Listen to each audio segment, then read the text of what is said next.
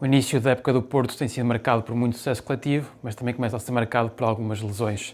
Tema de dia desta terça-feira, eu, Miguel Amaral, estou acompanhado pelo Pedro Jorge da Cunha, diretor de informação do 00, que nos vai falar um bocadinho sobre esta onda que está a afetar os Dragões. E só nesta pausa de seleções tivemos os casos do Alberto Costa e mais recentemente do William Gomes e Luuk de Jong. Pedro, o que nos podes falar, uma vista mais geral, sobre estes problemas físicos no Porto? Bom dia, Miguel. Sim, nos últimos dias o Futebol Clube Porto, que vinha emocionalmente numa onda extremamente feliz, digamos assim, depois do início forte e convincente no Campeonato Nacional, acaba agora por ter aqui alguns pequenos problemas que não são assim tão pequenos. Há 4 lesões que nesta altura estão a chatear Francesco Farioli, digamos assim, e que podem de facto mexer aqui um bocadinho com a dinâmica da equipa, com as opções a ter para os próximos jogos. Diria que a situação mais grave e mais séria é de Luuk de Jong, que tem uma entorse no joelho esquerdo com lesão do ligamento lateral interno, de uma forma muito simples. É uma lesão semelhante à que Cristiano Ronaldo sofreu na final do Euro 2016 e que o levou a estar parado cerca de 2 meses. Portanto, acredito que o Luuk de Jong, que fez agora 35 anos em agosto, irá falhar pelo menos, diria que até à próxima paragem de seleções, a 23 de outubro, para ser já otimista, mas provavelmente até ao final de outubro não poderá ajudar o Futebol Clube Porto. Começo por aqui, porque de facto o Luuk de Jong tem tido um impacto muito interessante na equipa azul e branca. Depois da sua apresentação surpresa, provavelmente todos olhamos para ele mais como uma boa alternativa a Samu, mas parece-me que na cabeça de Francesco Farioli, Luuk de Jong é mais do que isto. Mais do que isso, aliás. O Porto vai estar em algumas frentes, como é normal a este nível, e Luuk de Jong, para determinados jogos, parece-me que Farioli pensava assim no holandês, seria mesmo a opção à frente de Samu, porque é um jogador que tem algumas características muito interessantes. Além de ser muito forte no jogo aéreo, isso já sabíamos, por aquilo que conhecíamos do atleta, surpreendeu-me a mim, que não o conhecia assim tão bem, a forma como ele consegue jogar ao primeiro toque de costas para a oposição. É muito forte nesse apoio frontal aos seus colegas, algo que Samu não consegue nesta altura ainda oferecer à equipa, pelo menos de uma forma tão qualitativa. Luuk de Jong vai ficar de fora durante algum tempo. É um jogador que trazia 4 jogos e 1 golo em Alvalade, e chega a Alvalade porque, curiosamente, os 2 heróis do jogo de Alvalade, o Luuk de Jong e o William Gomes, os homens que marcaram os golos do Porto em Alvalade, vão estar pelo menos contra o Nacional de fora. O William Gomes tem uma lesão muscular no isquiotibial da perna esquerda, no fundo é a parte anterior da coxa, e à partida também não estará contra o Nacional da Madeira. Há uma pequena dúvida em relação ao William, mas parece-me que seria arriscado, depois de um problema deste sofrido na segunda-feira, 5 dias depois de estar a jogar, não me acredito que vá acontecer. O William traz 4 jogos, 2 golos, 187 minutos, está a ter também um impacto muito interessante na equipa este ano, depois de meio ano com Martin Anselmi profundamente decepcionante, enfim, também vítima se calhar das opções do argentino e daquilo que a equipa não estava a conseguir dar. Esta dupla que foi de facto marcante em Alvalade. Há ainda o Alberto Costa, que teve uma participação decisiva no ataque e na defesa do Porto nesse clássico. Já tem 4 assistências para golo em 4 jogos, portanto, num início de temporada de facto muito convincente, a piscar o olho à seleção, diria mesmo, que também tem uma lesão muscular na coxa direita e, portanto, também terá que falhar a recepção ao Nacional da Madeira. A este trio, há que acrescentar ainda o nome do Martim Fernandes, que tem uma lesão também muito chata no ligamento colateral externo do joelho esquerdo e estará também de fora nas próximas semanas. É um quarteto que deixa aqui o Francesco Farioli obrigado a mexer na equipa, e é bom lembrar que nos próximos jogos, depois do Nacional, o Porto tem Rio Ave, Salzburgo, Arouca, Estrela Vermelha e Benfica, até à próxima paragem de seleções, e depois o Porto volta a jogar no dia 23 de outubro em Nottingham. Nas melhores perspectivas, diria que Luuk de Jong e Martim Fernandes poderão estar ao dispor do italiano ali no final de outubro, talvez a tempo de voltar em Nottingham. De qualquer maneira, são 4 nomes importantes numa fase em que o calendário começa a apertar, porque, lá está, a fase de grupos da Liga Europa também está prestes a arrancar. Falaste das lesões, especialmente as laterais têm sido muito afetadas, também recordando que recentemente o Francisco Moura passou por problemas físicos. Pergunto se esses problemas... E o Samu. Sim, mas nem estava a falar mais da questão das laterais, mas também recordando o Samu. Para o jogo com o Nacional, se isto poderá levar a algumas adaptações, mas acredito que o Farioli esteja com algumas dores de cabeça. Sim. À partida, de repente, o Pedro Lima, que é um jogador brasileiro de 19 anos, emprestado pelo Wolverhampton, que estava apontado à equipa B, se o Francesco Farioli não adaptar nenhum jogador, será o dono do lado direito da defesa contra o Nacional, o que é uma surpresa, ninguém estava à espera de ver o Pedro Lima titular do Porto já em setembro. Depois, para o lugar de Luke de Jong, provavelmente, certamente, voltará o Samu. No lugar do William Gomes, ele até teve aquela frase curiosa depois na Flash em Alvalade, quando afirmou que quando o PP recuperasse o lugar voltaria a ser dele, e na verdade esta lesão acaba por facilitar um bocadinho a vida a Farioli nesta perspectiva de não ter de escolher. De qualquer maneira perde aqui um ativo muito importante para lançar contra o Nacional. Portanto, à partida Pedro Lima, Samu e PP voltam ao 11 inicial. Parece-me que será o cenário mais lógico. Se o Francesco Farioli entender que o Pedro Lima não está ainda preparado para jogar no Porto nesta altura, provavelmente vai recuar o PP, recolocando o Gabri Veiga no meio e dando uma das alas ao Rodrigo Mora, que nunca será um extremo, mas poderá obviamente aproveitar ali aqueles espaços centrais entre a ala direita e o centro do ataque para tentar ajudar o seu amigo Samu. Será um bocadinho por aqui, Miguel, parece-me.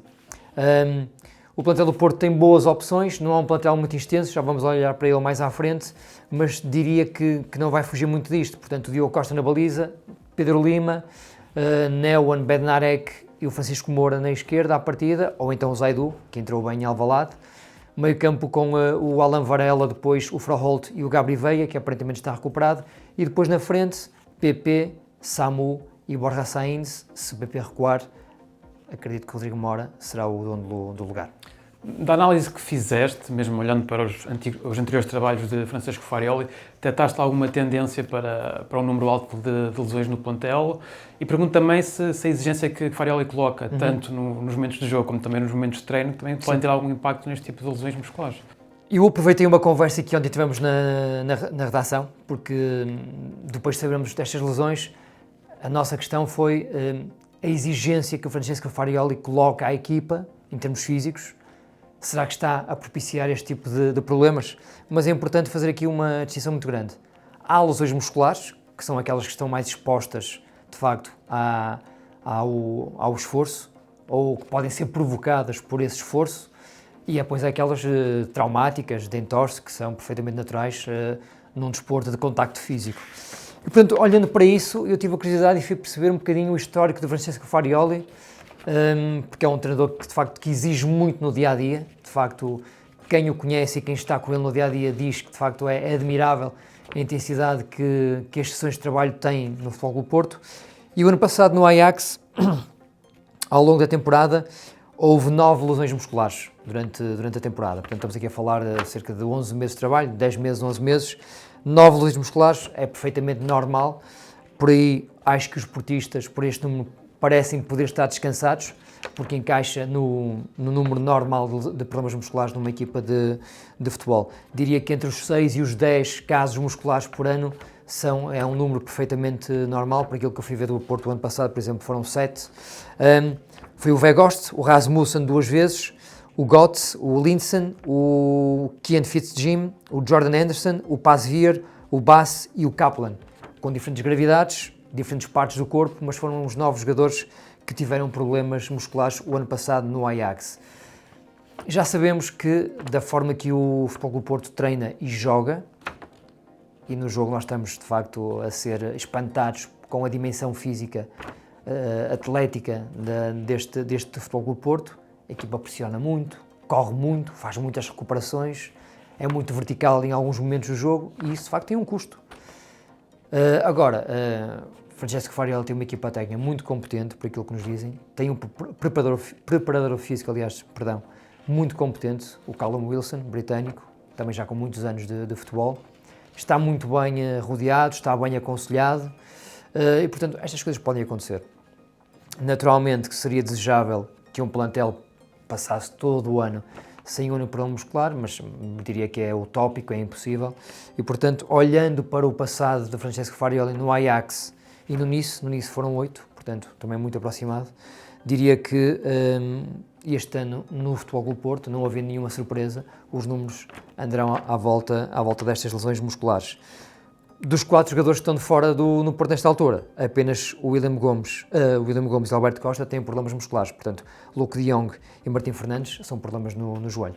E tens confiança na profundidade do plantel do Porto para poder corresponder com estas lesões? Até agora, vamos entrar nesse tema num período de maior densidade competitiva, com jogos muitas vezes de 3 em 3 dias. Eu convido os nossos leitores a entrarem na página dos clubes que mais gostam, no menu principal, a virem à parte de baixo e olharem para o relevado que lá temos agora, que explica muito bem a forma como o plantel está dividido. No caso do Futebol Clube Porto, curiosamente, o plantel encurtou bastante com a partida dos excedentários, houve muita gente de facto a sair, e o Francesco Farioli foi mesmo fiel àquela máxima do 2 opções por posição, porque é exatamente assim. Exceção feita aos guarda-redes, que há 4 que estão a trabalhar na equipa principal, se juntarmos o João Costa e o Diogo Fernandes ao Diogo Costa e ao Cláudio Ramos, de facto há 2 nomes por posição, exatamente. Lado direito da defesa, Martim Fernandes e Alberto Costa, com a situação do Pedro Lima, que à partida viria para a equipa B, mas agora salta para a equipa principal. Depois há 4 centrais, o Neumann e o Bednarek, e depois ainda o Prepich e o Kivior, que chega agora do Arsenal. 2 laterais esquerdos, o Zaidu e o Francisco Moura. Depois 2 médios defensivos, o Alan Varela e o Tomás Pérez, que tem competido até mais pela equipa B este ano, mas trabalha com a equipa principal. Depois 4 médios centros, portanto, sendo que jogam 2, o Gabri Veiga, o Froholt, o Eustáquio e depois ainda o Pablo Rosário, que chegou recentemente também agora de França, do Nice. 4 extremos, colocando aí o Rodrigo Mora, o Borja Sainz, o PP, o William Gomes e o Rodrigo Mora, e depois 3 pontas de lança, que é a única posição que tem 3 opções e não 2. O Samu, o Luke de Jong e o Denis Gol. Portanto, o plantel parece estar perfeitamente desenhado. Nos últimos dias no mercado falou-se muito da necessidade de haver um quarto extremo, porque o Rodrigo Mora será sempre uma adaptação para essa posição, mas o plantel parece ter profundidade para fazer uma gestão inteligente e cuidada. Se não houver um surto de lesões, porque se houver lesões, como agora há, de repente as opções parecem ficar muito ali à justa. O plantel é muito interessante, tem muita qualidade, não é extenso, está muito bem desenhado, mas parece-me pouco em caso de 4, 5 lesões. Claro que há sempre a equipa B, estamos a falar de mais de 25 profissionais, a equipa B que continua a não conseguir ganhar jogos na segunda liga, mas tem jogadores que podem de facto dar alguma profundidade. O Brian Caicedo já foi chamado para o banco de suplentes, o Alarcón iniciou até a pré-época com o Porto, o Gabriel Braz é um central que também está ali naquela fase de chamar... Mas você fala também do Diniz Rodrigues para o lateral direito. Diniz Rodrigues para o lateral direito também.